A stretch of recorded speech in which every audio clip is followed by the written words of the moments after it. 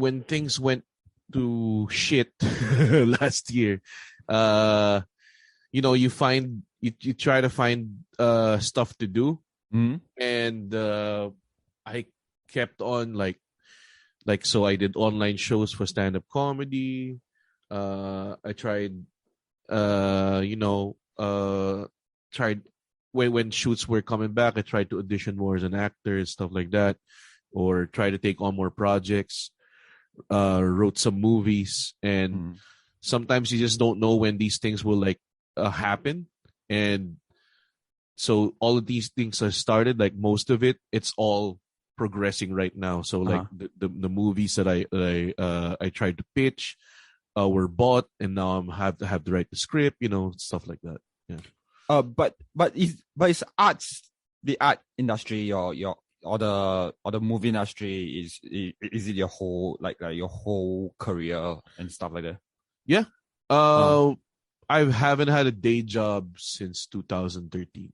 So 2012. So I used to work in advertising as a writer. Okay. Because that's one thing that piques my interest, right? Because a lot of you guys the comics in Philippines, right? And Indonesia, I think, where a lot of people are just willing to take the plunge. Well, yeah. Most of us did that. That's mostly because I think some of guys did it, and I got jealous. I got envious of their time. So I quit my job after they quit theirs. Something like that. How's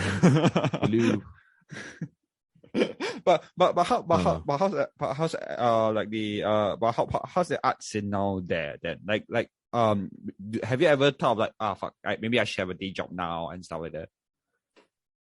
Sorry. Like are there times I just go like maybe situations like this, just go I wish there's a day job, at least can tide me over and stuff like that, because I'm not thinking like shy. There's a lot of times where I want to take the plunge, right? And and I'm like, I scared I'll regret there's a lot of that as well. From the start, it's really just as you described it. You have to take the plunge because you don't know what's gonna happen. And for a while, when I decided to do that, it was really just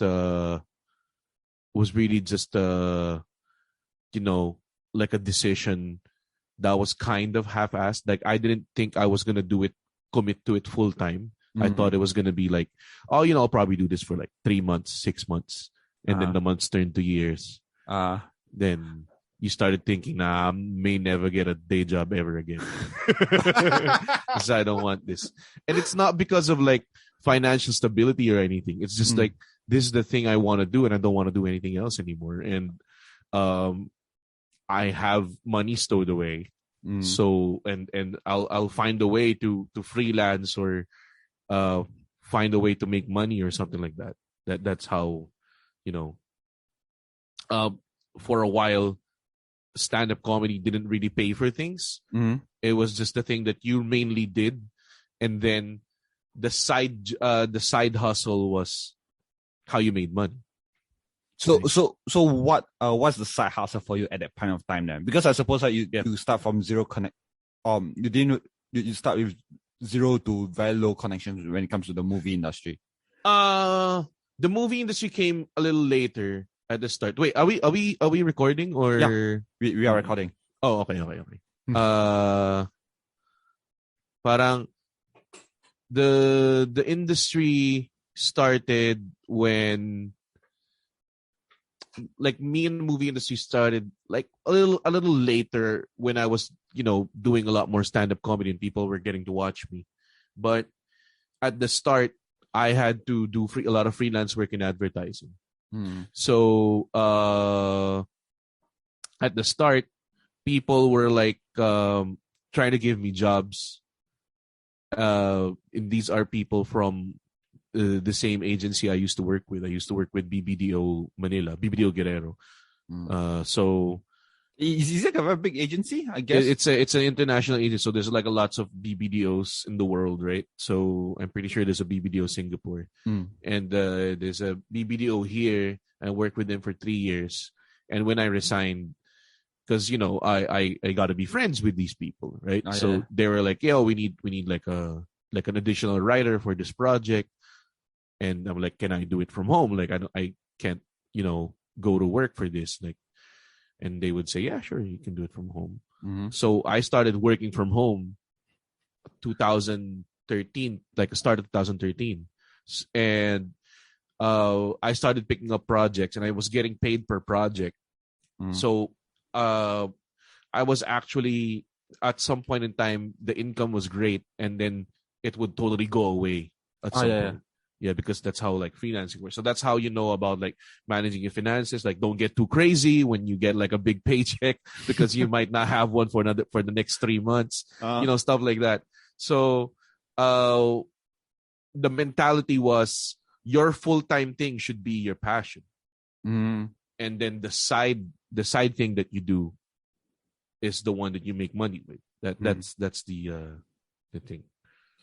Because I'm in this situation where this thing the one passion about it becomes like a side thing, right? And the one Yeah. that make money become like the main thing because I need to put food on the table.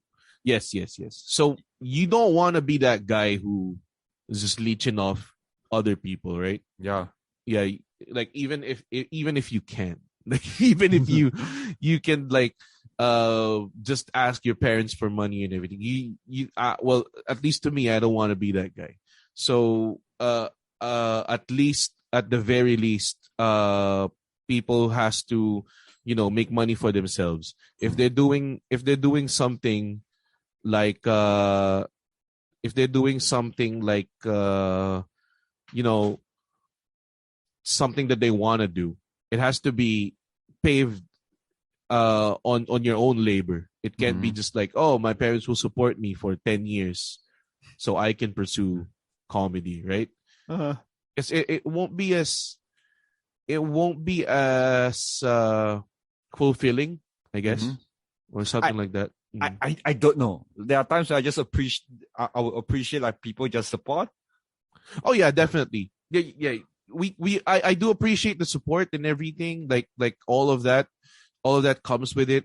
But like, if you have the mentality, like you have the mentality that nothing will happen to me if I Uh, don't make money for the next 10 years. uh, It's a bad mentality to have. uh, Because it feels like you're on your safety net and nothing will happen to you, right? oh yeah, that's true. Like do you have a plan B after say the okay?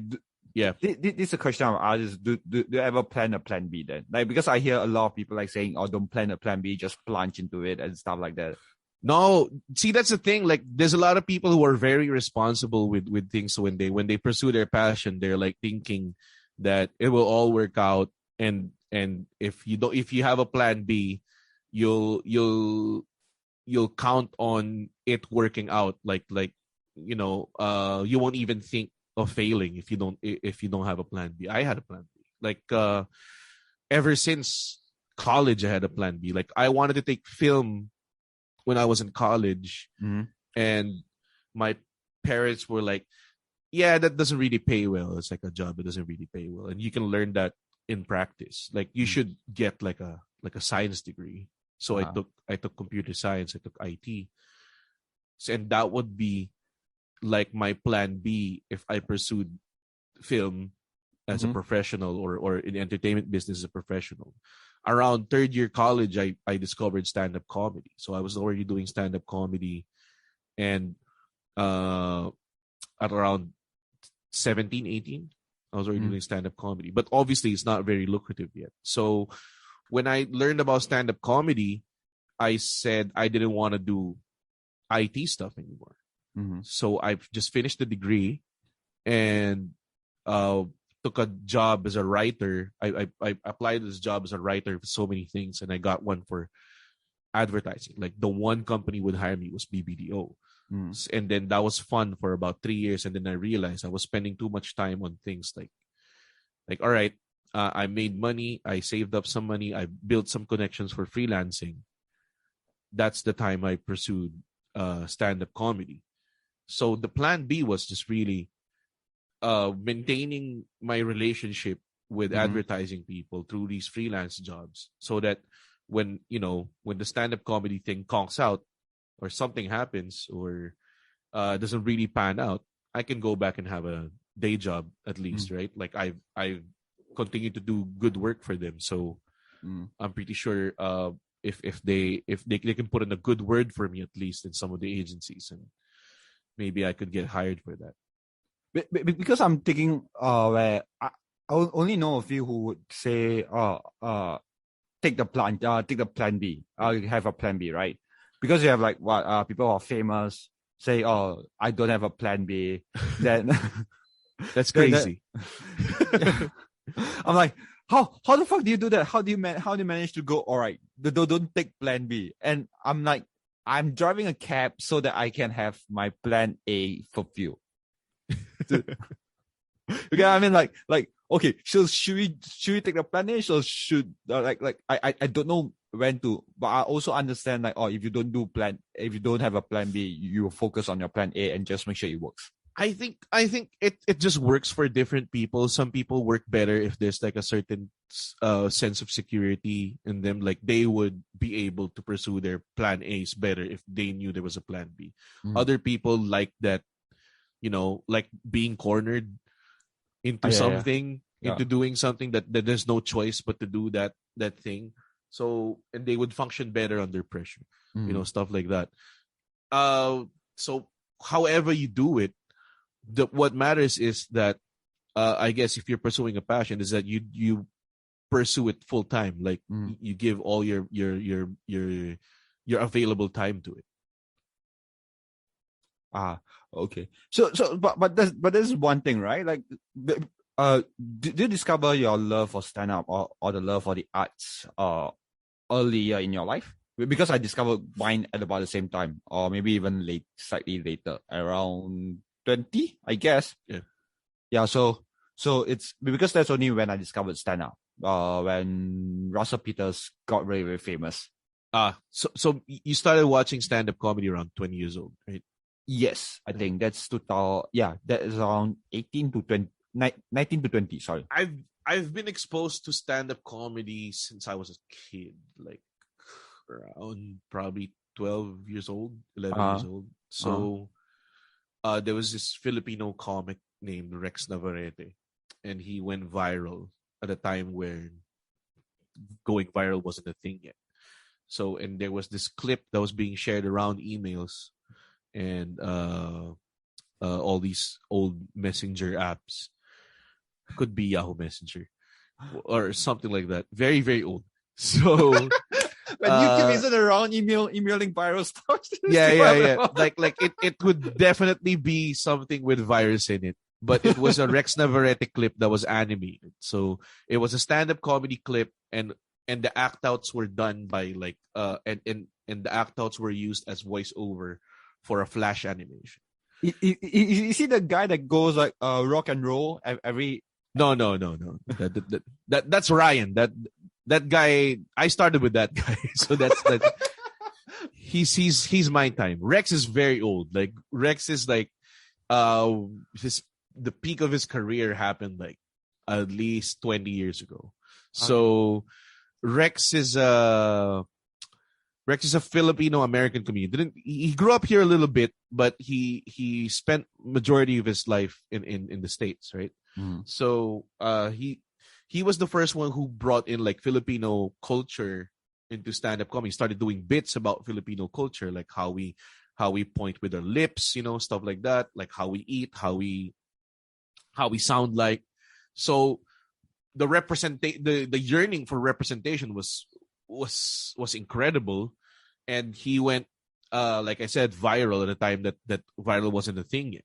So people started noticing like, oh, there's a Filipino comedian, and then I discovered stand-up comedy through that, because you can do comedy by just talking on stage. And at that time, when I was a kid, I've always wanted to make comic books, because one of my favorite things to do is read like Sunday comics, which had all these like funny, humorous comic books. Like not like super. I used to read humor comic books, not not like So it's like the superhero foretell. ones. So it's like foretell. There's a punchline at the end, like a few kind of like thing.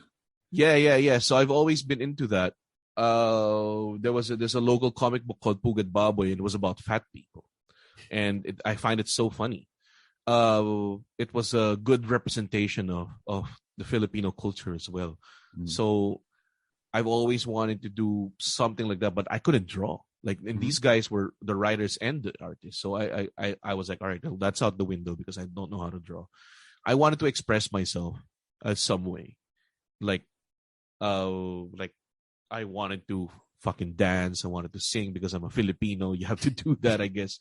Things like that.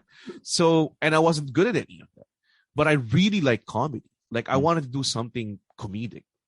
And when I discovered Rex, I was like, this could be something I want to do somewhere along the line. Like, it was all, and I was just hooked. Like, I started looking up stand-up comedians, then started watching guys like Pablo Francisco. When the YouTube thing went on, it was all I watched. Like, stand-up comedy was all I watched. Like Dimitri Martin, Mitch Hedberg, Pablo Francisco, even guys that, man, I forgot, like Gabriel Iglesias, the guy that Joe Rogan hates, Carlos Mencia. Carlos Mencia. I watched Carlos Mencia, Dave Chappelle, Patrice O'Neill, stuff like that. I watched so many of them. I became a fan. One of the things that I really liked was Russell Peters, Dimitri Martin, and when I discovered Dave Chappelle, I was like, my mind was blown. I'm like, this guy is so good. Holy shit. Did you ever discover the sense of what you like or what you don't like about stand-up comedy? Yeah. So at the start, it was like anything. I would fucking just like everything. Like, I really also like Pablo Francisco because he was really easy to watch. He has sound effects, stuff like that. But when I watched Dave, and I was like, oh my God, there's like a whole new spectrum of comedians so I started watching Cat Williams, started watching Chris Rock. Like, each comedian just opens a door for other comedians. And it was like the start of like, I haven't been doing stand-up yet. And then when I was in college, there was a contest, a stand-up comedy contest. And I was so hesitant because I didn't know that, is it really stand-up, or is it like a different kind of stand? Because we have we have a different kind of stand-up here, more drag. Okay. Like drag queens. Oh yeah. That's the more popular stand-up comedy scene here. Is it still as popular? Okay, because we have our own version of it as well, and the guy who pioneered it, she is still very popular, right? And still very big. This one has been like the scene, the drag, the minstrel kind of comedy here has been around since like the 60s, the 50s. Yeah, so, but how did it get so popular though? Because it's the only kind of stand-up comedy we have here, and consistently it would produce comedians that would get on the mainstream. Like, one of the most popular celebrities in the Philippines came from that. So, but do they make the? Here's a very popular political kind of thing where does that make the because of drag queens being so such a like a prominent. Prominent. Yeah, is it when it comes to at the entertainment scene, like, does the LGBTQ community there like getting more accepted and stuff like that? I think like the LGBTQ's area here is just that they always just recognize that they were people like that, and in showbiz they've always been represented. Like, there was always a gay dude or some sort of representation of them in films. It has become too much, that to the point that it's become like they have stereotypes and shit like that, and that's becoming the problem now because they felt like they've only been represented one way, wherein not all LGBTQ members are just of one make, right? So yeah, that's the problem they're encountering now. Because I would imagine like having like a prominent drag or minstrels, like a guy person in the entertainment scene will kind of like get the like a good representation, and at least like other than the stereotypes, like things will get better for you for people who are from that. It's not really, because it's still run by a lot of patriarchal, and even the guys in who perform these kind of drag shows, they're kind of playing into like what would the usual standard be like.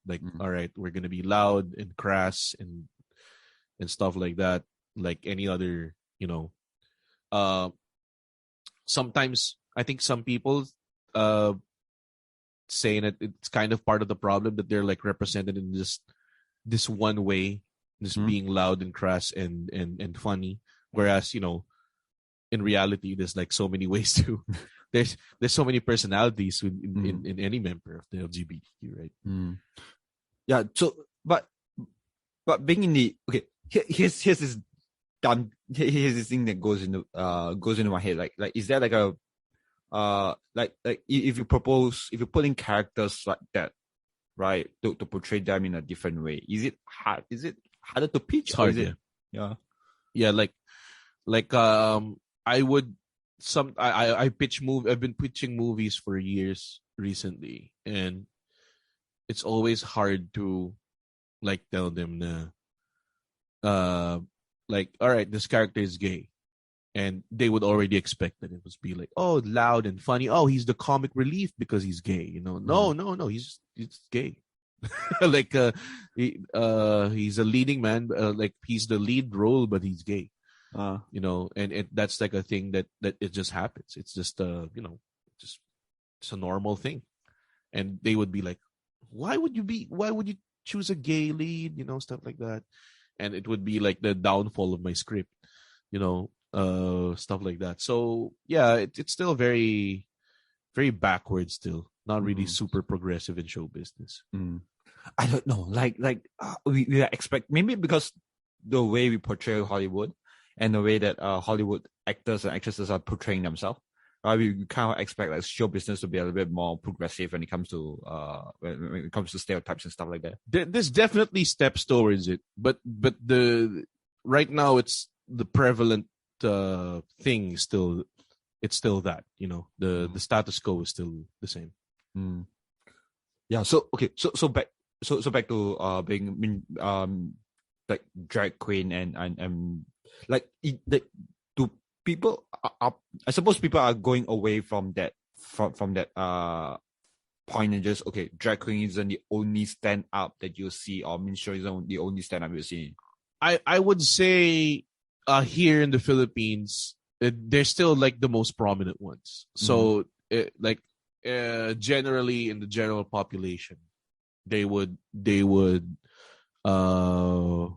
think that stand-up comedy is that way, because when pre-pandemic, we still have shows that people wouldn't sit in front of the stage because they're afraid they might get picked on, stuff like that, because that's what the drag queens here do. They do crowd work, and they do insult comedy to the audience, and then they put a spotlight on you. Like their clubs have like spotlights for the audiences, because that's part of their act. That's like a staple part of their act is roasting people who paid for your ticket. And that's how we stood out, because we tell people that, we don't make fun of y'all in the audience unless you're a heckler, right? So that's how we stood out. And for years we've been trying to say that, and we've had some progression and stuff like that. And what's like, they're more prominent, definitely, but right now compared to 10 years ago or 6 years ago, people now they now know that there's a stand-up comedy scene. That they now know that there are people like Alex Calleja, GB Labrador, me, Ryan Rems, like you mentioned before, that are practicing stand-up comedy. So to the point that we've had commercials and ads that would be based off of like comedians' lives. We've had 2 already. Like Like they didn't have to explain what we were. Like they were just using it as if people knew, stuff like that. So uh it's very it's bigger now. Like our scene is bigger now. Has more following now, definitely. But I'm pretty sure the people in drag, all these in their the traditional way of doing stand-up comedy here in the Philippines, they're the ones who are more prominent still. But I don't know, like I just wonder like how insult comedy become like a very popular kind of thing. It's weird, right? Yeah, Like, it's this is a country where we get so butthurt about everything. And it's like the most popular type of live comedy is insult comedy, wherein I did a joke complaining about a burger with a hole in it. Because there was a burger and there was a recipe video. You know, one of those recipe videos that you see in TikTok and YouTube and shit like that. There was a recipe video that they made a burger and they put a hole in it and then they put an egg on that hole. And I'm like, why would the fuck would you take out more meat to accommodate egg inside of it? What is wrong with just putting it on top? And it went ape shit on Twitter because they were telling me that I was such a snowflake for being, so uptight with like meat being taken out of a burger. But on the flip about side, you being uptight. Yeah, exactly. So on the flip side, and these are like fucking thousands of comments calling me fat and stupid and stuff like that. Like it's not even about the ad anymore. And then on the flip side, the most popular form of live stand-up comedy is people coming in, paying a ticket, and having 3 people dressed in drag insult you the whole night, right? And then laughing at that guy who got victimized, right? And here I am trying to make my original material just because I think people don't like it when people are like high and mighty and like, stand-up is it looks like you're preaching if you're doing stand-up comedy. So they don't like that image of you telling them what's good or not, I'm because I don't do a lot of crowd work. I would say my crowd work is like crowd interaction. Like Yeah. it's always a segue, right, to certain jokes, right? Yeah. It acts like a bridge, right? Like I have a joke about like asking a specific person like have you got your life in order, right? Because I don't, right? And I segue into a joke about like me going to prison. Gets. Yeah. So and things are like that. But I know there are people who just go up on stage and when people have to do crowd work, like they'll be insult and stuff like that. And it's crowd work is a different thing. Like I've always been, that's always been a crutch for me. And then I would get to know comedians who's going on the open mic scene, and they were saying, yeah, I need to work on my crowd work. And I'm like, oh really? Like, oh, so I thought that was the easy part. because you didn't need to use material. You could just like say what's on your mind, and if you say it fast enough, people will think, oh, this guy's really spontaneous, and it will be easy. So for me, crowd work was very like, material was the hardest thing for me.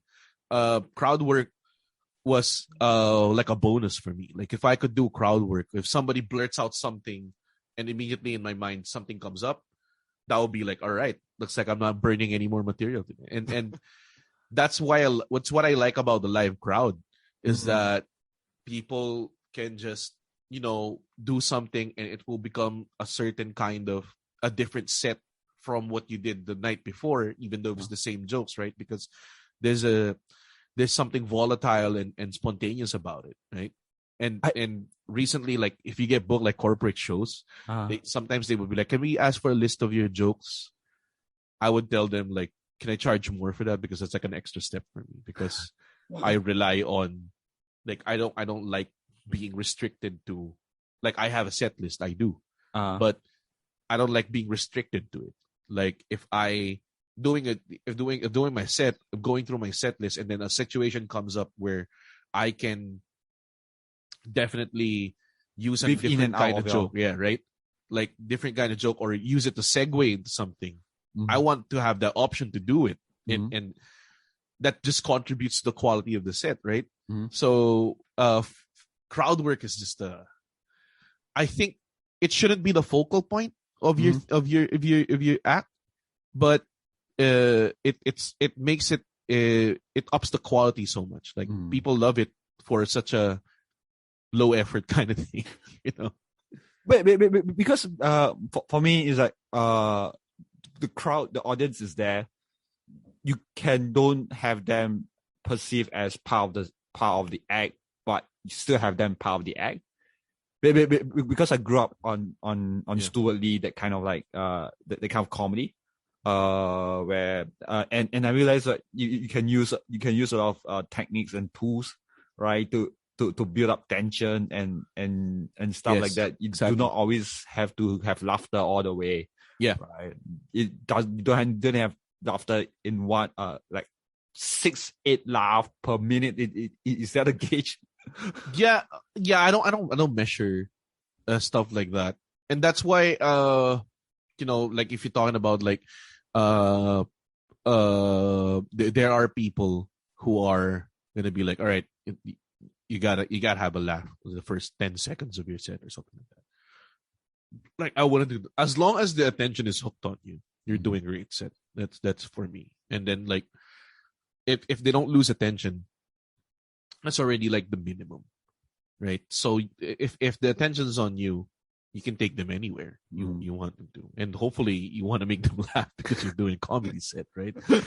But yeah, like you can create tension, you can make them boo if you want, you can make them fall into a trap, you know, something like that.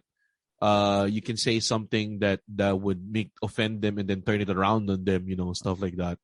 So that just contributes to that's just, I think, is not necessarily crowd work, but it's more of like, it's still the act, right? Like the power of your material is still there, but you're basing it off on how the crowd would react. Have you seen an act at least in the Philippines that does that? Yeah. Now I would do that. Like I would do stuff like I would announce that recently started seeing someone. I have a girlfriend, and then people would be like, you know, clapping, and then yeah, so happy. And then I would tell them, why are you so extremely happy? Did you not expect that I would get a girlfriend? Is it like a surprise for you? Stuff like that. So they would now feel guilty, right? And then I would turn it around on them, like, see, and then I would do a joke about y'all judging me because I'm fat. You don't think I would ever get a girlfriend, you know? So there are things like that. Like I would do stuff that would really just, you know, super offend them, and then turn it around on them at the end of my set when I would say something like, I knew it was like a more funnier thing, but the subject was something more offensive. Like they would be offended because I made fun of like a college, right, at the start of my set.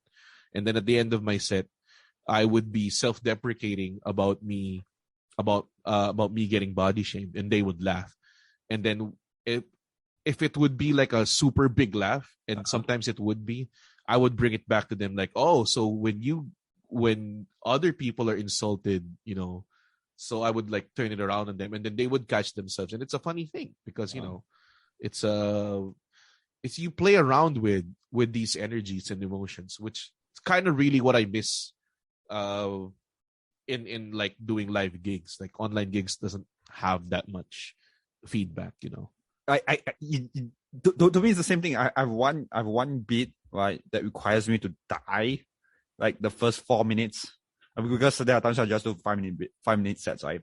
So then you require me to die like the first 3 to 4 minutes, yeah, right, and then you turn it around on them in the end. And it's more like, fuck, man, like I've been doing this for 8 years now, 9 years now, and here I am still getting stuck, right, at my career point right now. And I've seen people who has came later in the game than me, getting way ahead of my life of comedy career right now. And all right, you guys want jokes? I'll give you hack jokes, and just throw one hack joke after another. And then would it kill or the comics love it.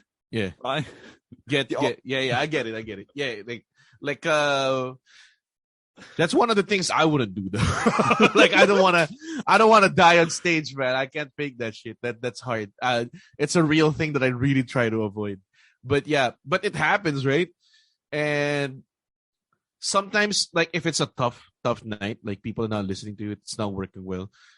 I just work on getting a reaction. It's not even like getting a laugh. Just like fucking, all right, if I could offend them, then I would have their attention. And then do my normal set from that. But there are times really just shit doesn't work and it just sucks.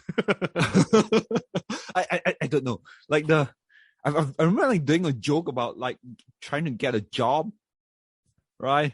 Mm-hmm. But I realized I did it at a place where there's full of very, very rich people. Oh, okay. So it's a country club. People are there for drinks, right? And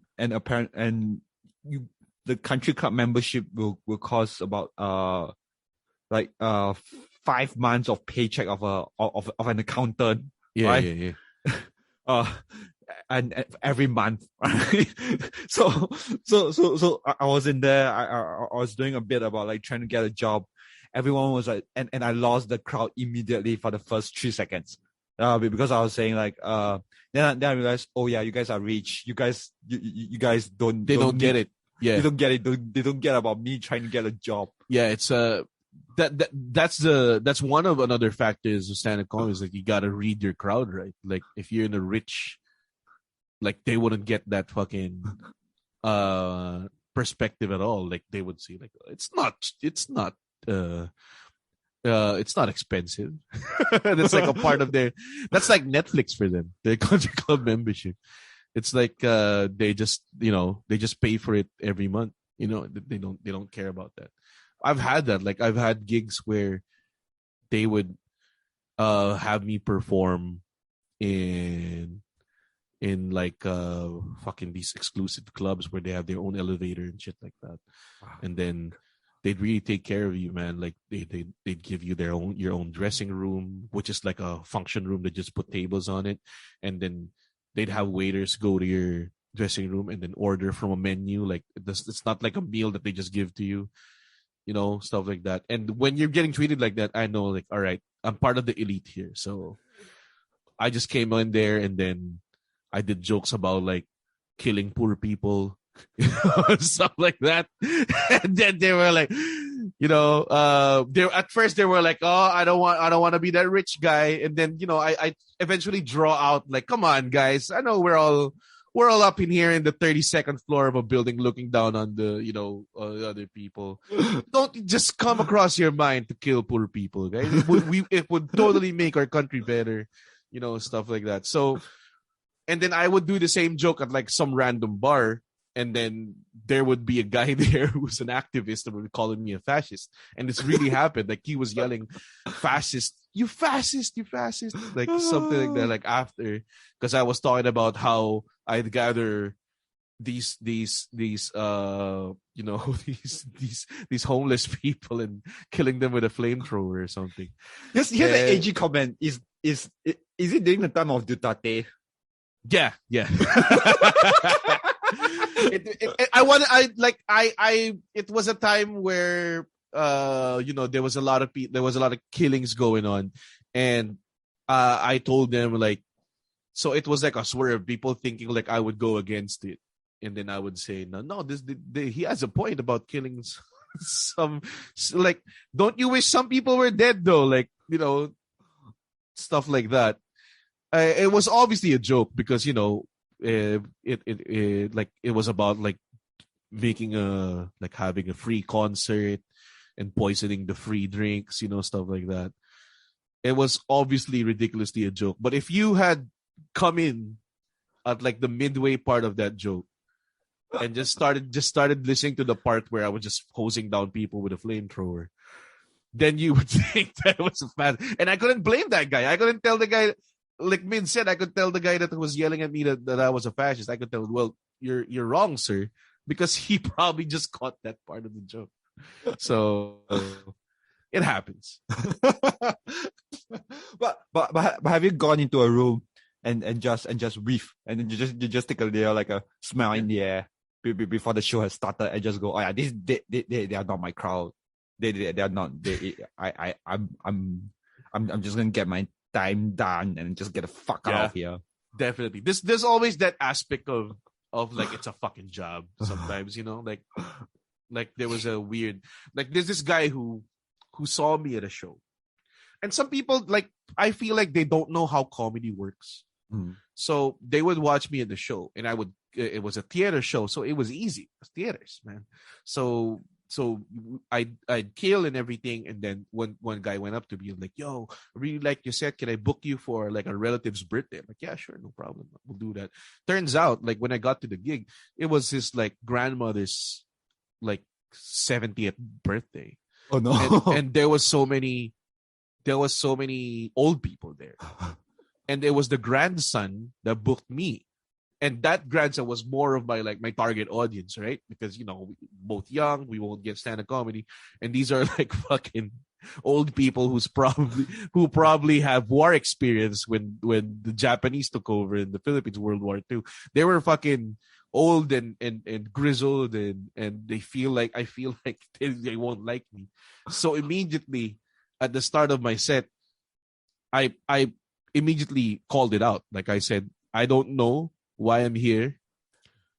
Your grandson, like I forgot his name, like say Michael, like grandson Michael, watched me do 20 minutes of masturbation jokes on the theater and thought that I would be a good entertainment piece for someone's 70th birthday. So now they're laughing. And then I would now tell them, like, I don't know if I should proceed with my masturbation jokes now. And then they would say, go. So now it's like, now you're getting encouragement. So it's like a trick. Because now you're getting encouragement from people to do your jerking off jokes, right? So no matter what you say, sometimes older people need to look back and just go, oh yeah, I can do it. I once used to do this too. Yeah, that sucks. Well, I did masturbate when I was younger, right? It's a nostalgic experience from them. It's a comedy it's a paradoxical art form, right? If you're really good at what you do, it doesn't look like you're good at what you do. It looks easy. So you turn like you make it look easy.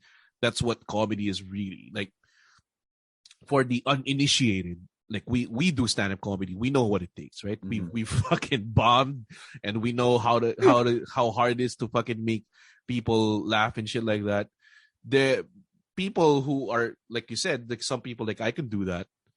There are people who can just like look at Dave Chappelle and they would say, oh, he's just telling stories, and it's just that for them. And I'm like, no, that is not what stand-up comedy is. And then they would go to open mic and they think they could do it, and then they would bomb horribly, and then they never come back again. Stuff like that. So comedy is such a it's a paradox. Like if you're doing really good, it doesn't look hard. It looks easy.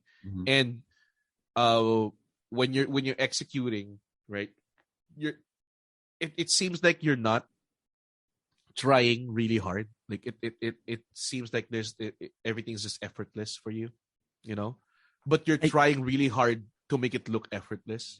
So that's how I view comedy sometimes. It's just like, no, there are some comics that I think that you can see the whole production value in there, can see them write their stuff. Each word is being chosen carefully and stuff like that. Yes. And you know Sam C, right? Like I've done some gigs with Sam C, and he's the type of comedian that would be really like crowd work really good. Crowd work, Sam C is really good. Like he's probably like a very good crowd, but the way he would say stuff is very curated, and Mm. the showmanship of everything is very, yeah, it's very grand and big, and wears the bow tie and shit like that, right? Compared to like how I would say like GB, no, not GB. Yeah, no, GB. GB would be he would write the stuff, but GB is like uh how do you say this? Like He's very casual. He's very yeah. He's very casual, but I don't want to say like casual to the point that he doesn't do shit, because he writes more than me. So GB's very casual, and yet when it comes to like the act outs, he's really good at the act outs. He has like a like he won't go out of his way to do like an impersonation of someone he can't do an impersonation of, or like do characters and shit. But like he would do something with his face or his eyes. oh yeah. And that's where like the timing and the showmanship and the skill comes from, because he's not, he doesn't do the voices that much, like he probably has an angry voice and a sad voice and everything, but the simplicity of the act is very complicated. See, that's why it's a fucking paradox, I tell you. I think that sometimes it's also because I'm not sure. There are times where I just look at acts, right, and kind of like know where they write as well. Like I believe most of us as comics, we can see. Like have you watched Kevin J before? Yeah. And I'm open for Kevin J here. Yeah. As well. Yeah. So it's like because the style is a lot more storytelling as well. Yeah. Right. And he's very he make it look very effortless on stage as well. Yes. Yeah. But you kind of know there are times where he just curated words. Yeah. Like that. Like I don't know whether he purposely curate these words, but there's this joke that they just imprint on my head that I kind of like that I kind of associated him with that word itself. So he has a joke about like the different Indians in Malaysia. Yeah. And it's like when you're in KL, it's like the Indian will be like tiki, I steal your laptop, tiki, right? And I think there are certain. I'm just not sure how we process it, right? Like there are people that would go like word per word on this shit. Like they think that this is the most ideal way to tell this joke. It has no fat. I will go from this setup to this punchline using these 1624 words that I just wrote down, and I would go through it all the time, each time, every time that way. And there are comedians that are be like, you know what? I just need to say this word and this word and this word, and whatever happens in between is just like just piece it together in my set. I'm more of very lazy, so the way I write is more of like, you know what? I have a thought, and I'm gonna say that I'm gonna say that thought. I will establish that thought. I just have to. I write down keywords, right? Like I have to write down this phrase. This phrase has to be said for the joke to exist, and then play off that phrase. That's it. But some of the comedians, like these Netflix comedians, like Jason Leong and Kevin J, and they're so precise and curated, and I think that level of meticulousness in material,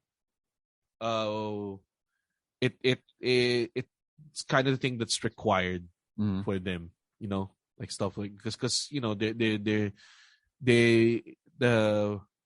they're doing it like the way that's the way they capture their audience is through being the best spoken person in the room. I can't do that because I fucking stutter sometimes. So like if I'm banking on a reputation of he's so good at talking, that won't work for me because I'm probably mispronouncing the first 3 words I say, right? So that's not how I capture the people. So that's also one of the great things about stand-up comedy is that there's like different combinations and permutations of characters and quirks and traits and personalities and skill being displayed in in these acts.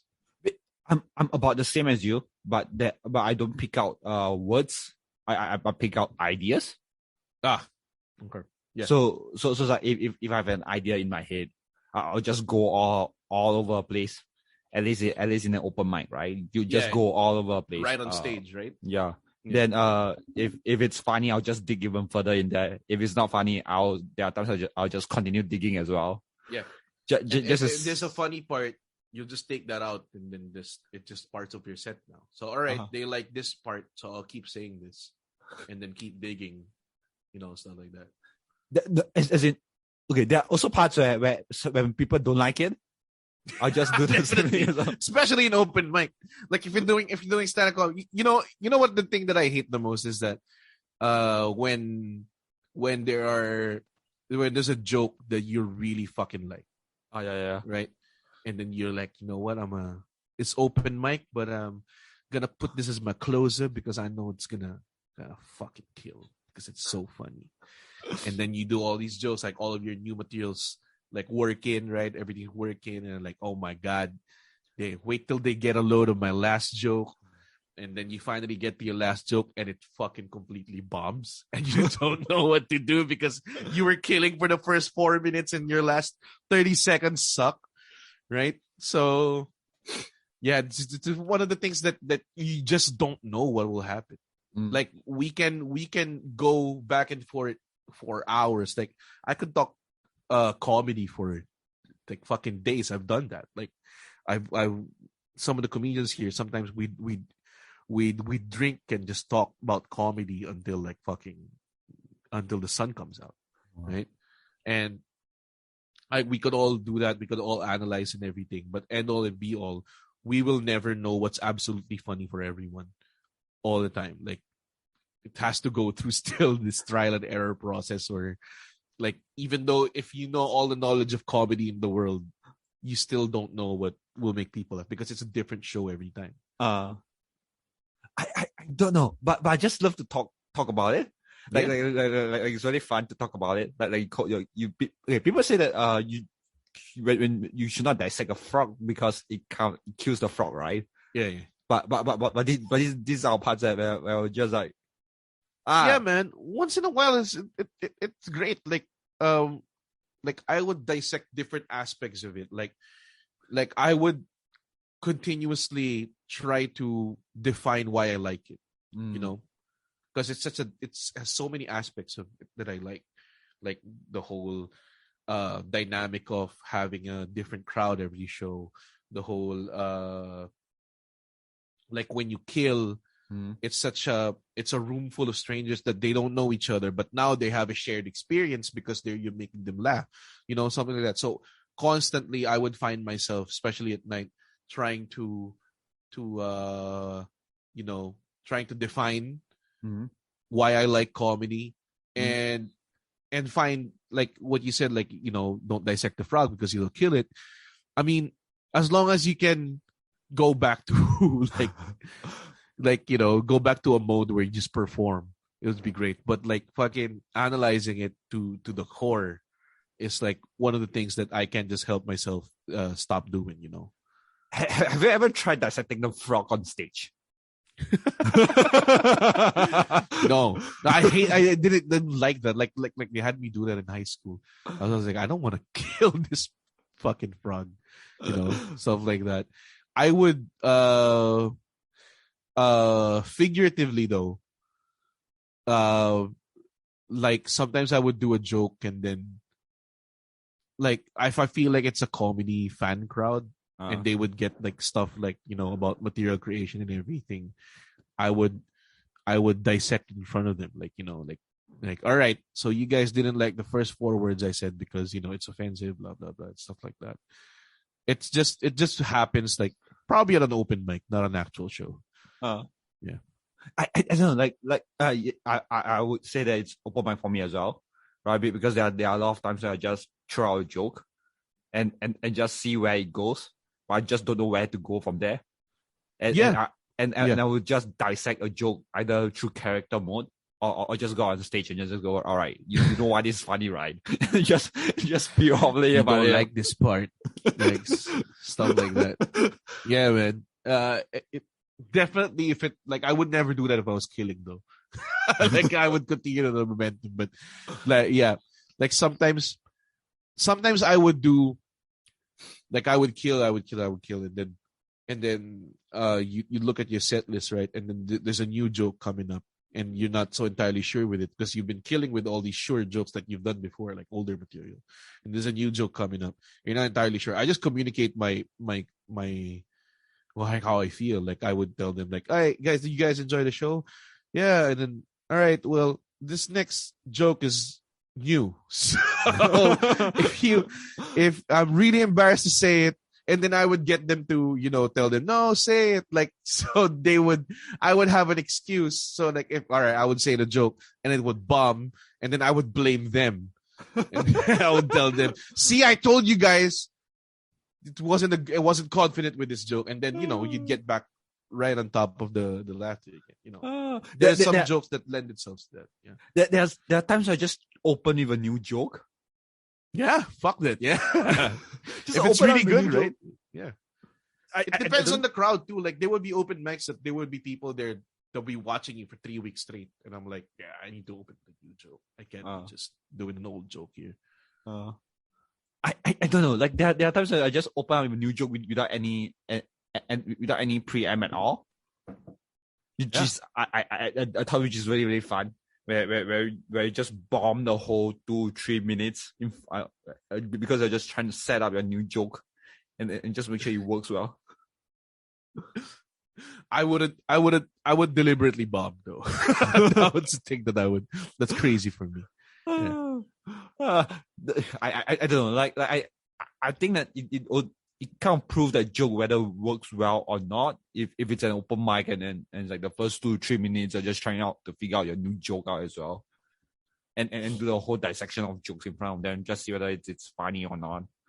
Yeah, it's really just a fucking, the dynamic of an open mic and an actual show and all stand-up sets. You just don't know what will work. Like you could absolutely do something. Like whatever if you dissect a joke, if you dissect a whatever, you could absolutely do something and it would kill. And then the next day with a different combination of people watching you, it would totally bomb, or or kill more. It really depends. Here's a question, right? You have written jokes a lot, and you've performed enough, right? Do you see yourself writing jokes in a certain way? Because there are times where I just like, when I write jokes, I'll just, this is this like certain part of me, or this is like the voice of a certain comic. Got it. But I can foresee myself. It is a completely new joke, but you kind of like, there's a perspective of me that sounds like this comic and stuff like that. I think there has been like one of the problems of comedians is that like which voice am I going to use, or like what is my voice, and the reason that it's a problem is that they keep saying like one of the things that would help you progress is that if you find your voice, right? What is your voice? So there's a lot of people who've heard this advice and then they're consistently trying to find what their voice is, which is weird, because for me, I think you shouldn't even think about that. Like don't try to define what kind of comedian you are. Let your jokes define what comedian you are, not you. Like don't say like all right, this is gonna be in this set, this what type of comedian I'm gonna be. That's for me, it's like a wrong way of doing it, because you're forcing yourself into a certain voice or a certain character that could be a risk of being not genuine. And stand-up's all about being genuine, right? So what I just do is just like whatever comes out of my head, as long as it's not someone else's yet, or it's not hacky, I would do that joke. And then I would have extreme confidence that if I was the one who was telling this joke, at least, I'm the only one who can tell it this way. So it comes also with your confidence in your own personality, I guess. Because I don't know. Like there are yeah. times where I just write a joke, I would see myself this way, and there are times where I just write a different joke, Yeah. and I put into the same set. Right. It just Yeah, I get that. Because um what's really going on here is that people think that a human person can only just be one kind of personality, whereas we're not. We're made up of all these influences and backgrounds and personalities and quirks and characteristics that it's impossible to not have different kind of voices in our heads, right? So if you would write a certain joke this way and then you would write the second joke this way, that's still coming from your head. That's still valid because that's still your voice, you know? Like but kind the of clashes. composition of like different voices is ultimately what makes you that person. But I think it's also very jarring for like I have a joke that goes like it's very cheeky. They go, oh, I'm a chick magnet, I repel, right? Yeah. And you have another joke that goes like, I don't know what to do with my life right now. So it's kind of like I remember like doing the same joke, two jokes, both jokes on stage on 5 nights, and 5 nights all bomb. Because it feels like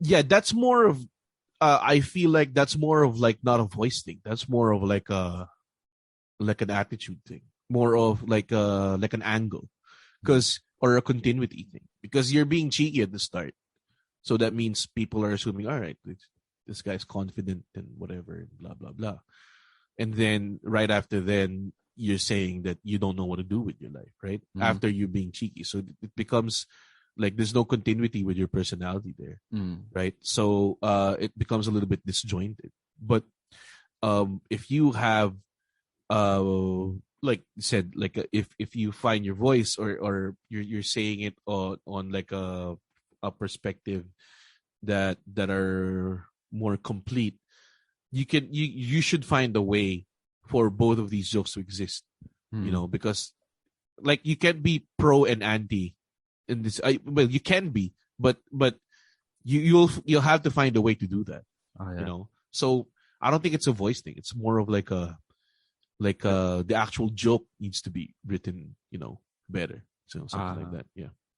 I don't. I'm like, I got in that situation, right? I realized I got a lot more jokes leaning on the latter.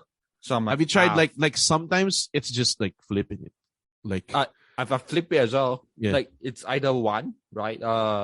If I do it one, on different sets, it works. If I do it one before the other, if I switch it around, doesn't work as well, right? Yeah. So it's more like, oh, why? Then I got people just came out to me and go, hey, I like you at the start of the band. Then after that, you got really sad. Yeah. Yes, that's a thing. Yeah, that's tragic. Like I hate that too.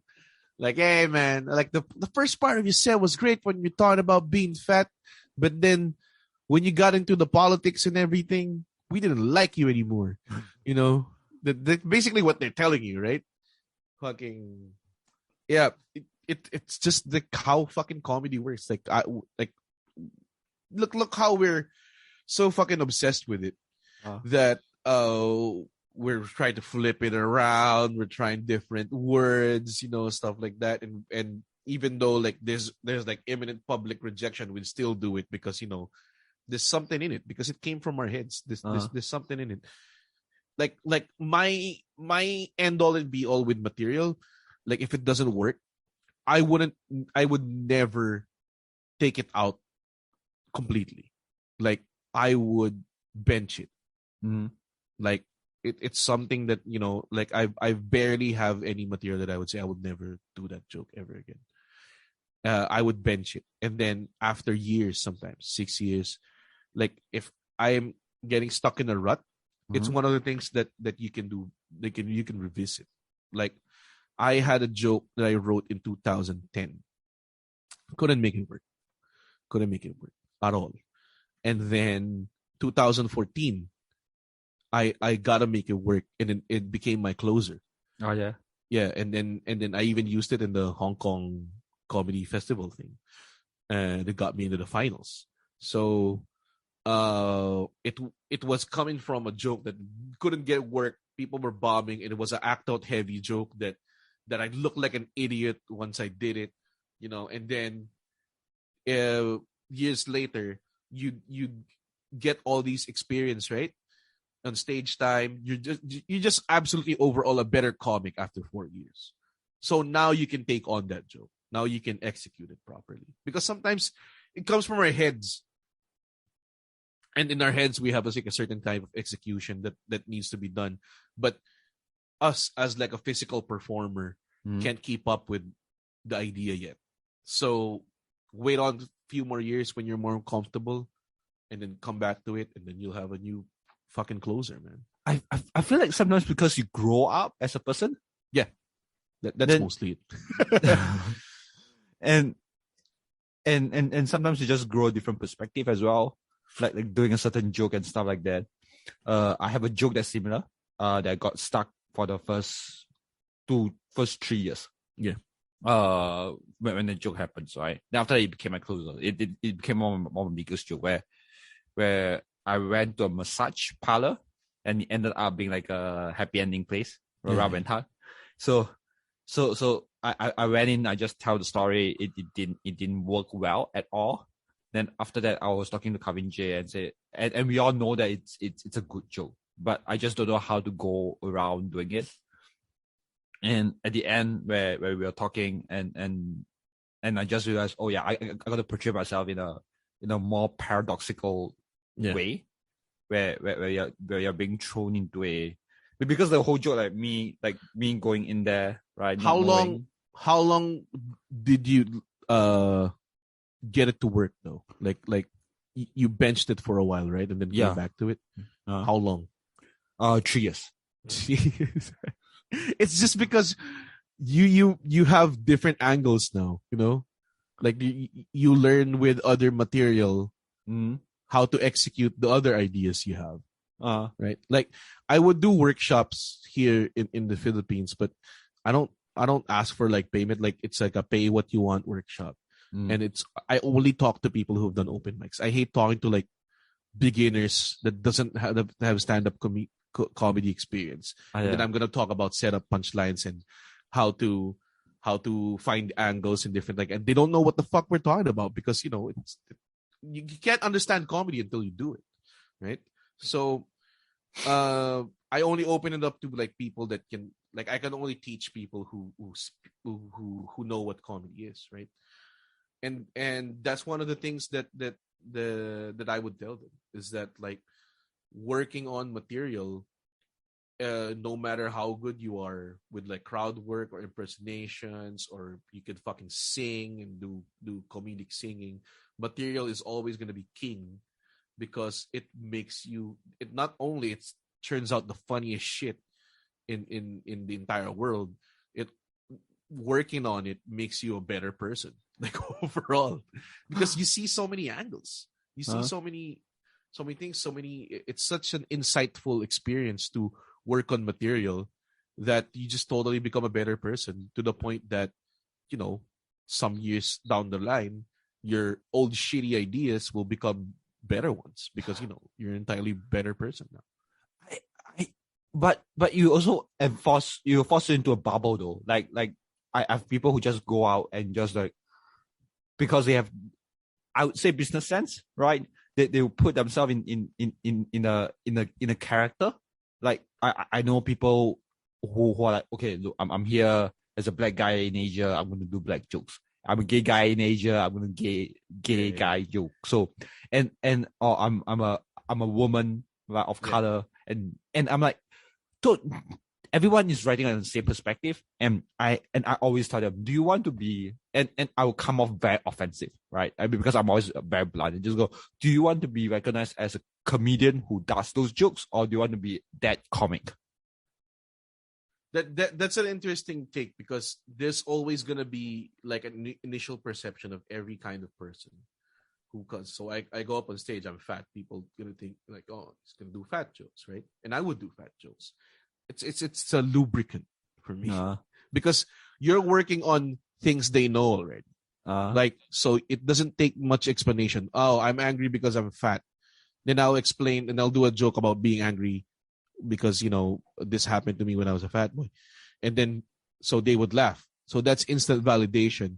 And then now I would use that acceptance of me being an angry person to be angry at different things.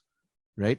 So it's such a good, like, there's also a lot of people that are like, yo, I don't want to do fat jokes because I don't want to be, I don't want to be defined as that. But it's part of you. It's you. Like it's who you are. Like, I mean, not completely, but it's part of you. So, fine. There are people, people always tell me, like, really these like super comedians, still like these like comedy fans, they will tell you don't need fat jokes to do your comedy. That's right. I don't.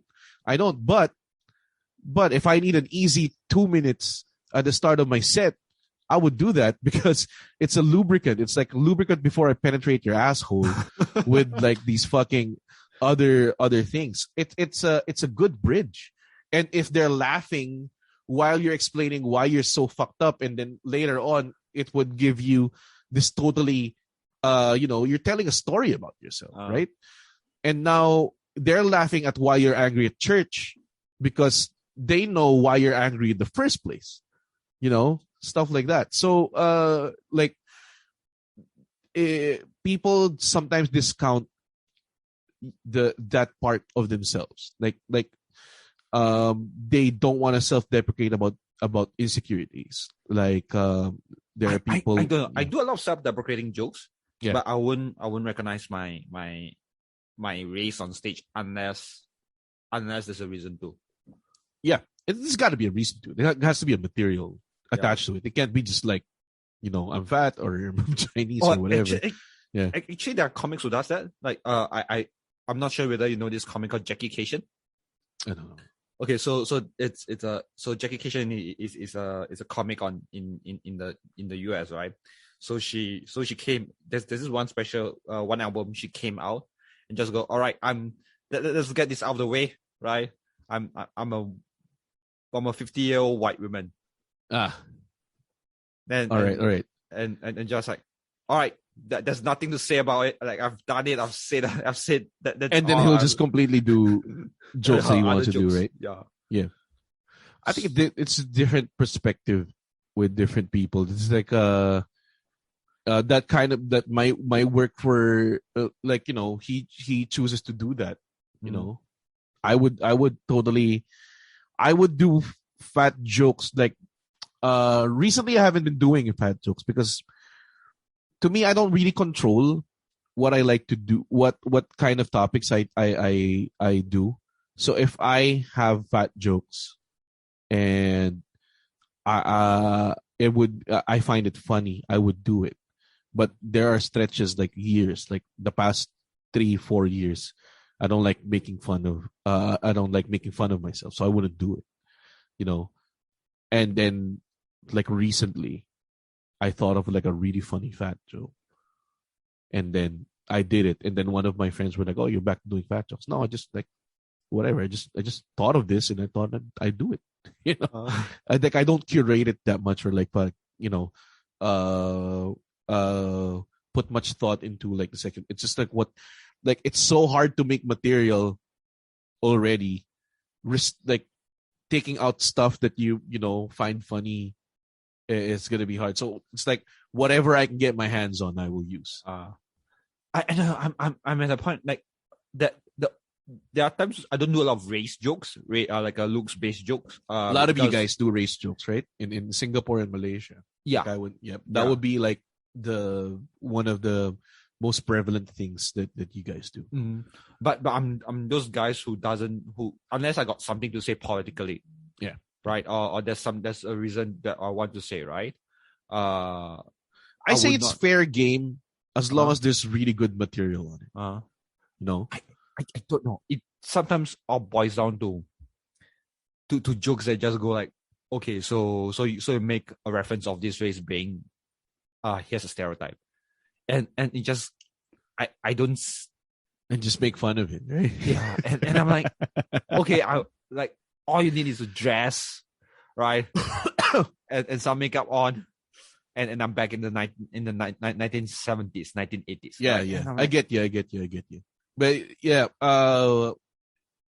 definitely, if you don't find it funny, don't do it. You know, yeah, there are people like they would go out of their way to do something like really not like the people would like, but they don't like it themselves. You can see like he feels like he's saying bullshit. Like it feels like he's regurgitating bullshit from his mouth, and the laugh he's getting is not satisfying because yeah, something like that. To I me, it's don't, like a personal thing.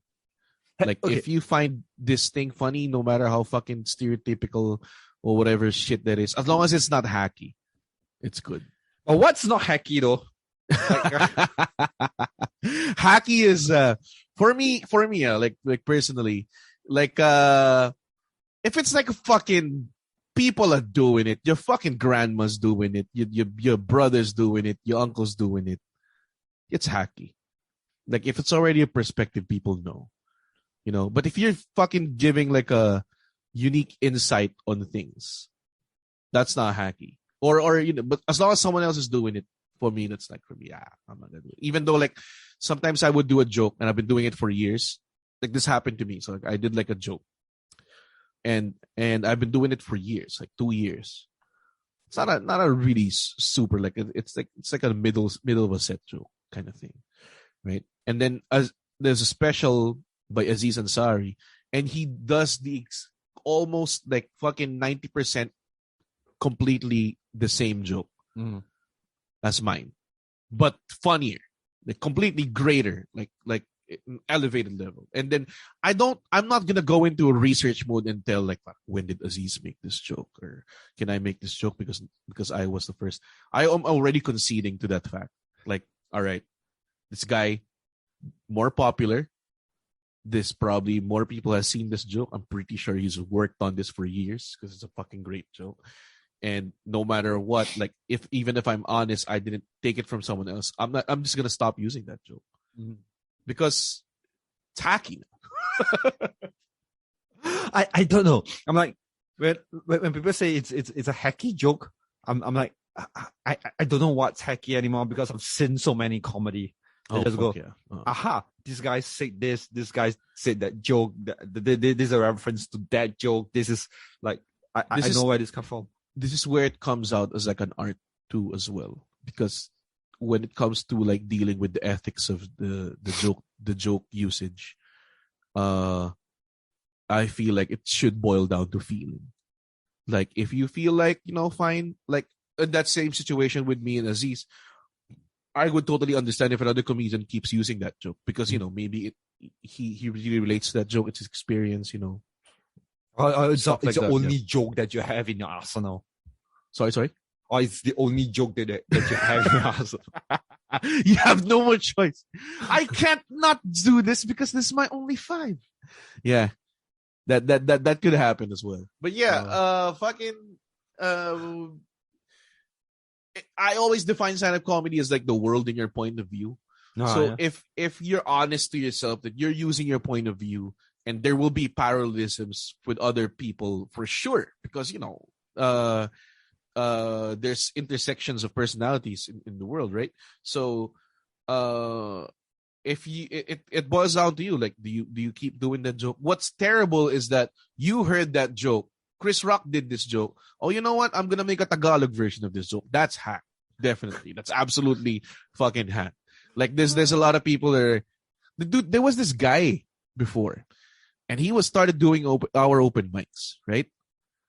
And this motherfucker does a set in his like church group, right? So he has like a church event, big ass church event, right? And he had it video and he posted it.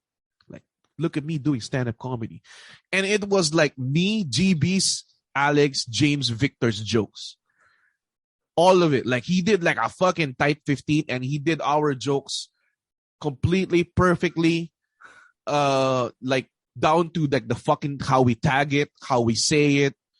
And this guy's been coming to our open mics, probably gathering information. And then, so he would do like fucking JB's joke, Alex's joke, and then he would do his own joke. And his own joke would completely bomb. Like fucking, it's such a funny, weird way to watch a set. Like fucking, you're pissed off at this guy because he's hacking, right? But you would hear your jokes kill and like, such great material, even other people can do it. And then just to prove that you have great material, he would do his own joke. Oh, I've never heard this joke before. And then it would completely be silent. And then he would, after the silence, people would again just laugh when he does a Victor joke or my joke, something like that. So he would completely do like a up and down set. So unnatural if you're a comedian. And you're seeing that he's definitely hacking, right? So I think that's how I see comics who has writers at the back. Yeah, like Jimmy Carr has writers. Yeah, or I said I think that comics like Jimmy Carr has writers because of their one-liners and their perspective is always different. Yeah, like anybody can also like fucking like the type of shit he writes. And anybody can, write it. And I'm like, like I always thought that comics is always like a person to go up on that stage. Sucks, right? It's a worldview, and then you have right. I get it, right? Why you need to have what the amount of of shit that you have to do on TV for writers, right? Yeah. I get it, like, but like a stand-up act has to be your own shit. Like if you're just hosting on TV and you're doing jokes, fine, have writers. Like, there are comics who goes up on stage like a live stand-up show, and does jokes with different perspective. And then you would think that he took it from somewhere else. He didn't take. He may have ghostwriters that write jokes for him, but he may not have took it from somewhere. We have celebrities here who contact us and be like, "Yo, can you write jokes for me?" And I'm like some of the comedians would be like, "Yeah, we can write jokes. I can write jokes for me. It's a quick buck, right?" Mm. But to me, I can never be successful because I can only write for myself. Like I can't. Like, sorry, this joke is relying heavily on how I look on stage and how I'm gonna pull this off. Right? Like so it won't be as like I can't write for you. I don't know how you pull off the joke, right? So but I get you. Like with all this, a comedian comes up and it's like a different perspective. There's something suspicious about this comedian. Like we would have an open mic. His first joke would always kill. Like the same joke, right? Like he has this fucking awesome joke about being half Mexican, right? And then he used to like, yeah, I'm half Mexican. My dad's a wrestler, like a luchador. Like, but it would be great because if he hates me, he'd hit me, but not really hit me. And then we were like, oh fuck, that's a great joke. We were all laughing. And then after that, all his jokes are shit. Like doesn't have a setup, a punchline properly. Was so full of fat, And I'm like, why is that first joke exceptionally tight and greatly written, while the rest of your 5 minutes is shit? And then eventually, like I think 3 weeks in, one open micer said, "Oh, he just completely took that joke from another comedian in the States." And then they showed me the clip, and I'm like, "Oh, that makes sense." Because it would be really weird to have just one great joke and just be completely a shit comedian after. So we told him like, "Yo, you can't fucking borrow jokes." And he was like, "Oh no, I didn't know."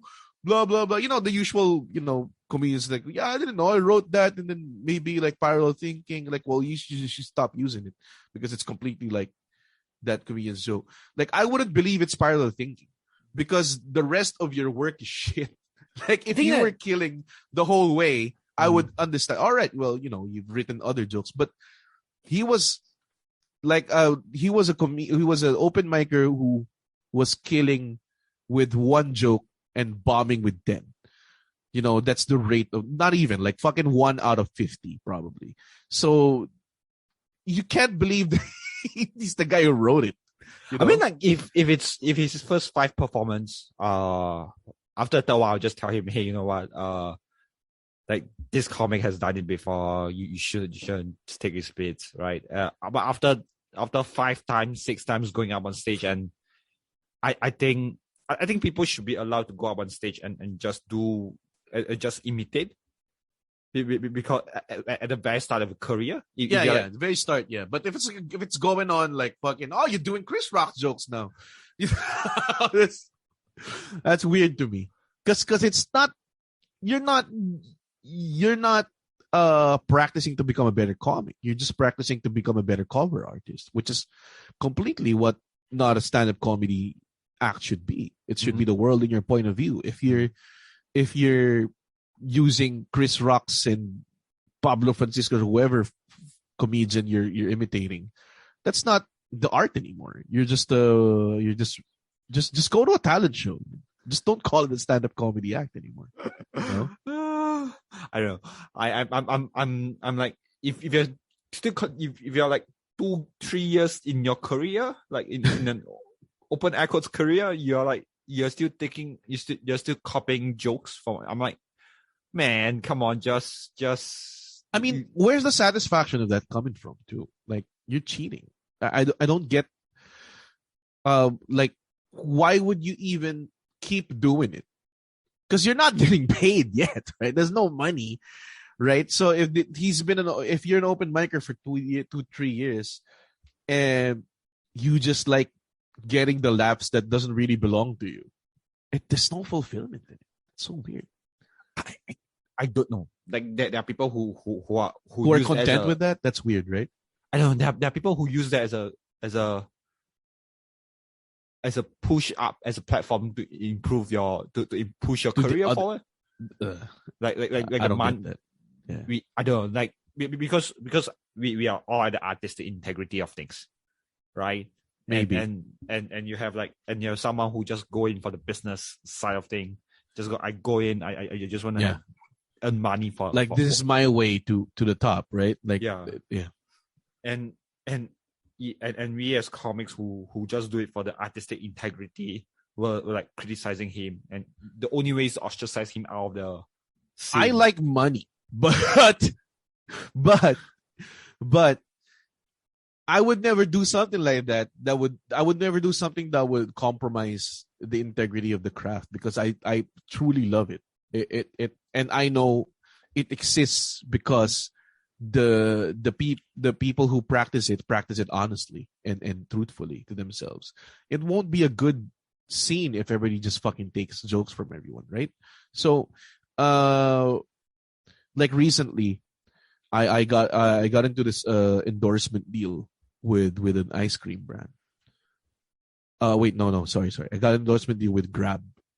So I don't know if there's Grab. Is there a Grab? There's Grab in Singapore, right? Yeah.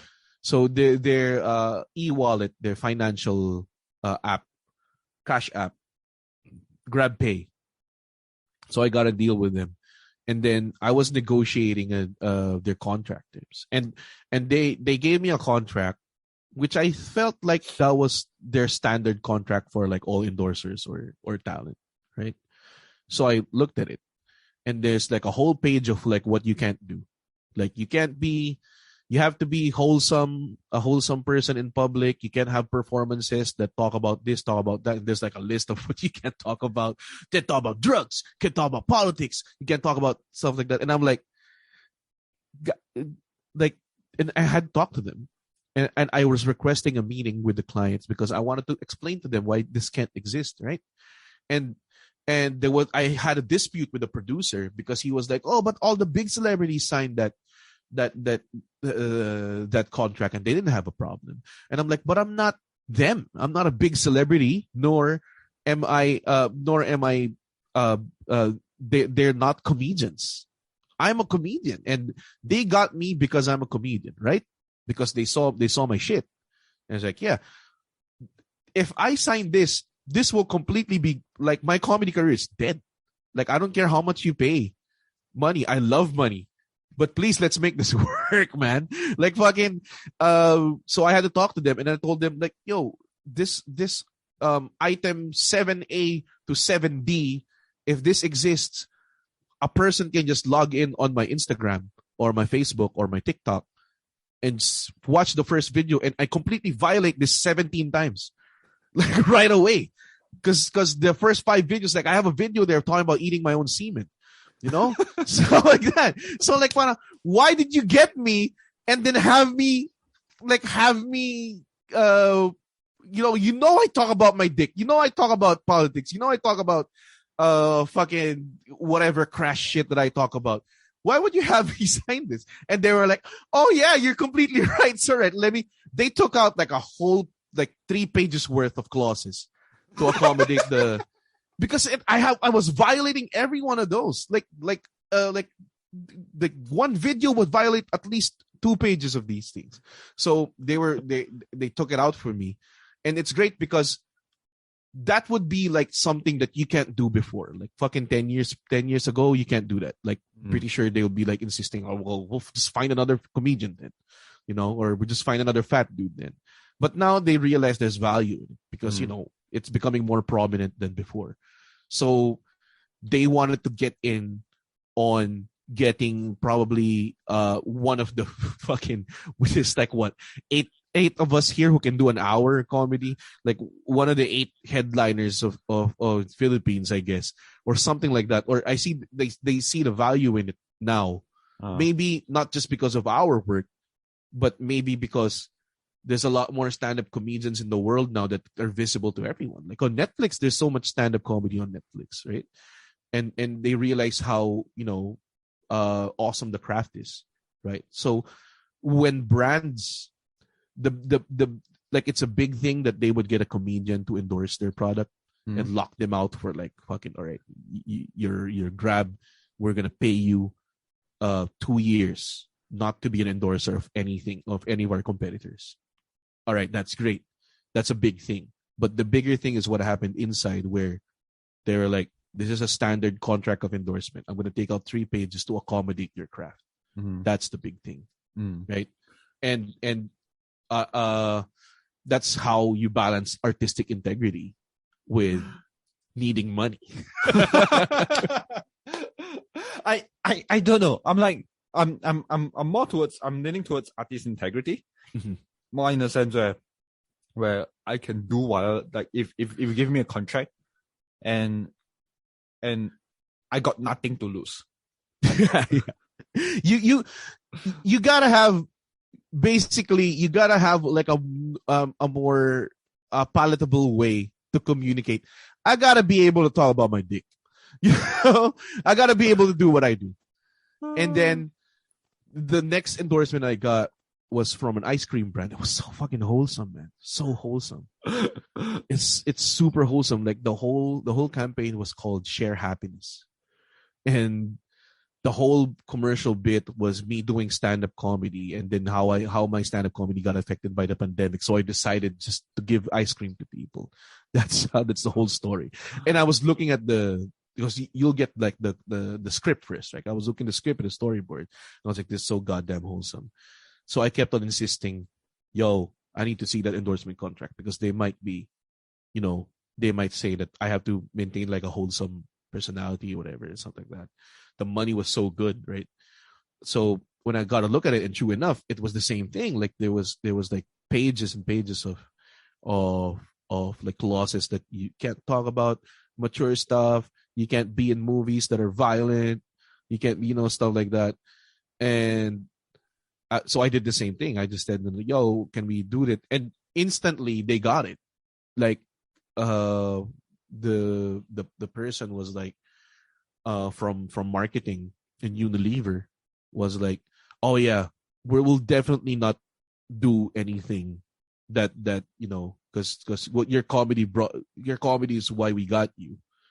So we'll definitely not do anything compromise. They even added, this is the fun part that they did. They even added like a clause in the end. Like I'm not even sure if I should be divulging this, but I don't care. They even added like, there's a part there that we understand that the subjectiveness of the craft of the artist is subject to different kind of like interpretations. So we will never like blame, or like it's like a corporate term for blame, I forgot. Like they will put the responsibility on the artist if there's like a certain public backlash that happens to whatever kind of material he does. So like, wow, so I'm protected from being canceled in my contract. And I'm like, God damn, thank you. That's really like, that's really shows like how much it has progressed since before. I don't know what people expect about happiness, about comedy. I think it's because everyone's like thinking comedy makes me laugh. That's why big such and they expect that it's such a happy thing. And then they always find it like a cool insight when they say, "Oh, comedy comes from sorrow and sadness." Yes. Yes. What do you think we you can't laugh at things that are nice and like, oh, hey guys, I got promoted in my job. You can't do 10 minutes of material by winning when you won the lottery. You can't do that, man. You can talk about fucking getting dumped by a girl, arguments with your wife, stuff like that. But never it's gonna be like, oh, today me and my wife got along really well. That doesn't really. I don't know, man. Like that, when people tell me, "Hey, your set is your material is really sad, man." All material is sad. Yeah, and I'm like, I don't know how to make a puppy funny. Like, yeah. It's not. They don't get it. Like they only see the part where it's funny, like they're laughing. But if you really listen to the words and whatever, it comes from like terrible experiences and tragedy. And I'm pretty sure 100, all right, fine. I'll say like 99.9% of comedy comes from tragic, sad stuff. It's always a negative stuff that comes from. And that's the beauty of it, because we're taking something that happened in our lives and then processing it with our comedic minds and then churning it out to make people happy, stuff like that. That's how some people would see it. I just really wanna, want people to laugh with me. I think it's because there's a lot of zinger comedy also. What do you mean? Like when someone said something, then after that after you say something that's very smart and witty, that you didn't say it until after it happens. Yeah. I get you. Yeah, it's something like Aziz Ansari, Ronnie Cheng, Trevor Noah. They're very good at it, right? Like someone said something really offensive, and you have one singer that comes out and redeem yourself out of the quality itself. It's not self-deprecating. You become the winner at the end of the exchange and stuff like that. It just go all right. Like it's. Yeah. You're really smart to think of that line after that. Like it's but it didn't like it just I don't know. I feel like there's a hole when I listen to that kind of jokes. There's a hole in my soul. I think we just comics are just like really good at using words to describe complex feelings, right? And then our complex thoughts is simplified through the stand-up comedy act for people to, understand it, right? So when it comes to like touchy subjects like that, they gravitate towards people who can say good stuff about it, stuff like that. I mean, good, not meaning like, oh, it's moral and nice and let's gather around the campfire and sing songs. More like impressive. Like, oh, that's a really genius take on something. I don't know. Like, it's sad. I'm like, okay, sure. I think you think about that line 5 years down the road. So you come out and think and it's funny, and I'm like, I'm like the kind of guy who, I don't know whether I suppose you know Mark Maron, right? Where I like the kind of comedy where we just keep digging and digging your sorrow and anger until like at the end of the day, and you just like why like. But as long as As long as you use your that sorrow and sadness to make people laugh, and it's comedy. People sometimes forget that our medium is to it's stand-up comedy. It's to make people laugh, and sometimes people are like living in their heads so much. This is what I feel like, and it makes people sad too much. It's gotta be funny still. Like even if you're talking about sad stuff, and that's what's hard about it, and that's why we're needed. It Yeah. just but anybody can just do it. Okay, I know. Other than comedy, right? You also do wrestling. Yes, I do. Well, I used to So kasi wala na. They had no events since pandemic happened. pandemic happened, so haven't wrestled in a long But time. but are you going back? Yeah, definitely.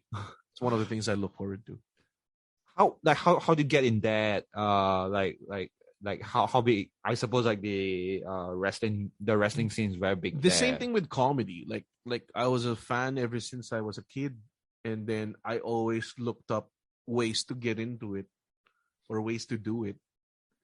And then one time there was a way to do it locally, so I just joined. Like And I was already like a comedian. Like okay. I was already a comedian for about 10 years. Okay. When I joined the wrestling thing. So, but like who is the character did you look up for? Like I suppose like your first experience is WWE. Yeah, definitely. WWF, the old wrestling. Like I was such a Bret Hart fan. Okay. At the start, yeah. So that's one of the things that I really like. And then I eventually grew in and started watching indie stuff, started watching like all the wrestling I could consume. It's the same thing with comedy. Like when I was like before doing it, I was such a fan of everything. I was watching ROH, I was watching PWG, TNA, almost everything. I watched almost everything. BJW, NJPW, AJW, something like that. Like and one of the things that I wanted to do was incorporate my comedy because I was already a comedian. Mm-hmm. I was wrestling. So when I chose a character, like my idols were like Samoa Joe, Bret Hart, CM Punk. It was completely nothing like them. Like I wanted to be like a funny character because that's also like a lot of the wrestling I enjoy is coming from like the fun people. Mm-hmm. So that's like one of the things that I do. So I became Rederick Mahaba, the intimate warrior. So it's like a lover boy type of persona. Okay. So why it's always hugging, it's always yeah. So like my finisher is like I choke them out with my dick. Like that's my finisher. Finisher is like I call it called Jaccolade. So it's like the accolade but like reverse. So it's like a camel crotch. I call it a camel crotch because it's like a hold wherein instead of choking him out with a chokehold, like I put the face on my crotch and then they tap out, because it's a kind of like it's a joke maneuver, but yeah. Okay, here's this one thing, right? I'm gonna sidetrack a little bit. Like if it feels like you are the kind of guy who will obsess about a certain thing until I do it. Yeah. So those are like the two prominent things that I've done, like wrestling, stand-up comedy, acting. Like I've always wanted to be a comedic actor, so I've already done that. Right now, I've always wanted to write a movie. So for the past years, I just kept pitching whatever kind of resource I would get. Like if I would get into a movie because of my comedy, I will make that opportunity to learn who the fuck's in charge, who can I talk to, and then talk him up, talk to him, invite him to a show, impress him, whatever, and then tell them, yo, I got some ideas. You want to listen to it, and then I pitch it to them. If it's good, then fine. If it's not, so that's how I've been like breaking into like industries Ah. that I don't belong in. Like I got into doing events before the pandemic, and that would be a great thing. Like because I wanted to produce like wrestling events and stand up comedy events in a bigger scale, right? Mm. I got to meet like a guy who's a concert guy here, and he brings in like Katy Perry, all these Korean bands and shit like that. Avril Lavigne, he's the one who brings in WWE in Singapore and the Philippines. So I was doing my own wrestling event. I went up to the WWE event that he produced here, and then I was flyering in his event. And like, yo, come, because I thought like, oh, wrestling fans must have been gathered there, so I'll just fucking, it's a captured market already. And then he saw me. I thought I was gonna get in trouble, man, because I was illegally flying in his event. And he was like, yo, what kind of event is this? And I'm like, yeah, it's a wrestling event, local. I'm like, that's interesting. All right, let me know. Here's my card. We'll talk. And then this guy got to be like a sort of like a mentor to me, because he's always just like, I thought I was gonna get in trouble for illegally flying, and it's always his joke like, hey, you owe me for flying in my event, stuff like that. But when pandemic before happened, I put on the comedy scene here in the Philippines. I put them on a theater tour, and I consulted heavily on that guy how to make it work. And he's saying stuff like very simple stuff, like simple advice, like how to get sponsors, stuff like that. And we were on our way to landing the biggest theater we've ever gotten because of that method he taught me. So, like doing what you love doing, like fucking going balls out on it, like obsessing completely, will lead you to other opportunities as well. And I would use that to do events. So now I've got a guy who's doing events, and then when we were doing events and I was consulting with him, he eventually said during the pandemic there were no events, right? He was one of the guys that reached out to me and said, yo, I really enjoy the digital stuff that you're posting lately. Do you have any ideas? Maybe I could, that needs capital, I can fund it. And then it would be the very same guy why I'm fucking say I said I have an idea for online comics, because I've always wanted to make comics, right? Yeah. So his guy, and he fucking gave me like a plethora of advice how to do it or execute it and everything. Like, and he would say like, all right, if you need suppliers, I'm your man. If you need people that you would normally get for this price, I will definitely can get it at a lower price. So let me know. Stuff like that. So already my dream of doing like comic book is very becoming real, because this guy is just helping me out. And he's saying that if I start this and it started to work, then you can bring me in as like a venture capitalist to grow it even bigger. But he said that you have to start it from the start, right? So now I'm also writing comic books now. So I'm writing a comic book right now. I'm writing the movies that I pitched were from people that tried to cast me because they saw me as a comedy and wrestling. They casted me in a movie. I talked to a producer, and then I told him, yo, here are my ideas out. I pitched to him, and that was like 4 years ago, 5 years ago, or 3 years ago.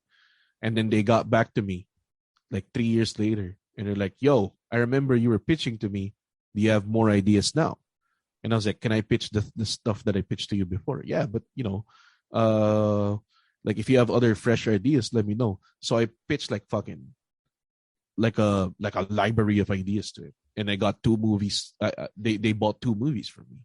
Fuck, Now I'm fucking writing everything. Now everything's going in full motion, right? So many things. So it's one of those things. Like my podcast was also like my obsession with.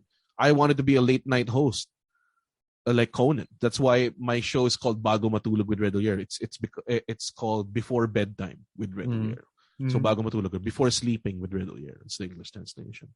So it has turned into like a staple late night podcast that probably around top 14 in the comedy category in the Philippines. So Wow. Yeah, it's just fucking just keep just chasing whatever you want to do. And I don't even do it because I feel like, oh, it's gonna be a money idea. It's the first basis of what I obsess at and what I pursue is that I really want to do this and I don't mind doing this for life. So now I have too much shit. I'm about the same thing as well, right? It's just that it takes a little while, right? To achieve. Yeah. But if you do it for yourself and you're happy, even if it doesn't go to a place where you make a lot of money out of it, it's fine because it's worth spending your days on. I'm gonna go back and say it's good to chase your dreams, right? It's good to, but I have a problem with going back, like saying at some point I've learned, so at some point it's okay to quit your dreams as well.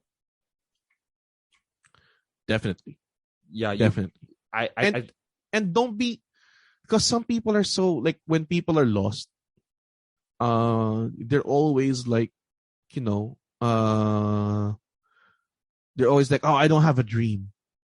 I've never had an ambition or whatever. And then that completely just shatters them. I'm like, no, you're not any lesser person if you can't find it.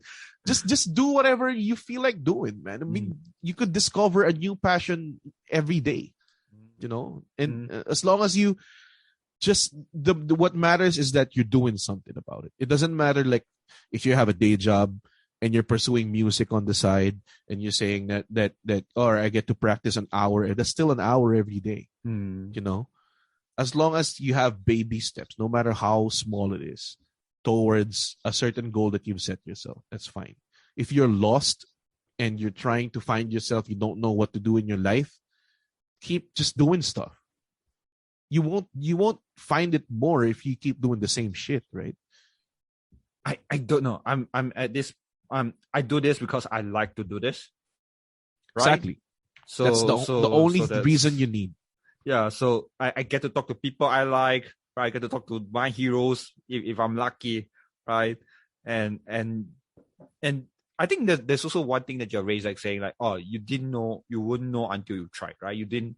You're exactly. Like you go to the wrestling place and just fly a ring. Right? You would expect like someone. Yeah, man. I jumped off the top rope to the outside just because I've always wanted to know what it feels like. And then after doing it like 3 times, I'm like, you know what? I came really close to breaking something, so maybe I'll not do it anymore. All right. I think that's a very good way to end. Don't break your necks, folks. I don't know. It's just a nice. It's just a nice, wholesome, good story to end. Like saying like that. You go back to like at the end, you want to do something. You become a comic book writer. That's harder than I thought. I thought it was gonna be easy. I don't know, man. Like it's harder than I thought. I thought it was gonna be. I write scripts. I know that, and then I'm like, oh my god, it's so hard. Right? I was talking to a few friends who are teachers, right? And people are like saying, "Oh, I want to be a YouTuber." I'm like, "Good luck with that." That's harder than you think. Yeah. A lot harder. But yeah, thank you, man, for inviting me here. I enjoyed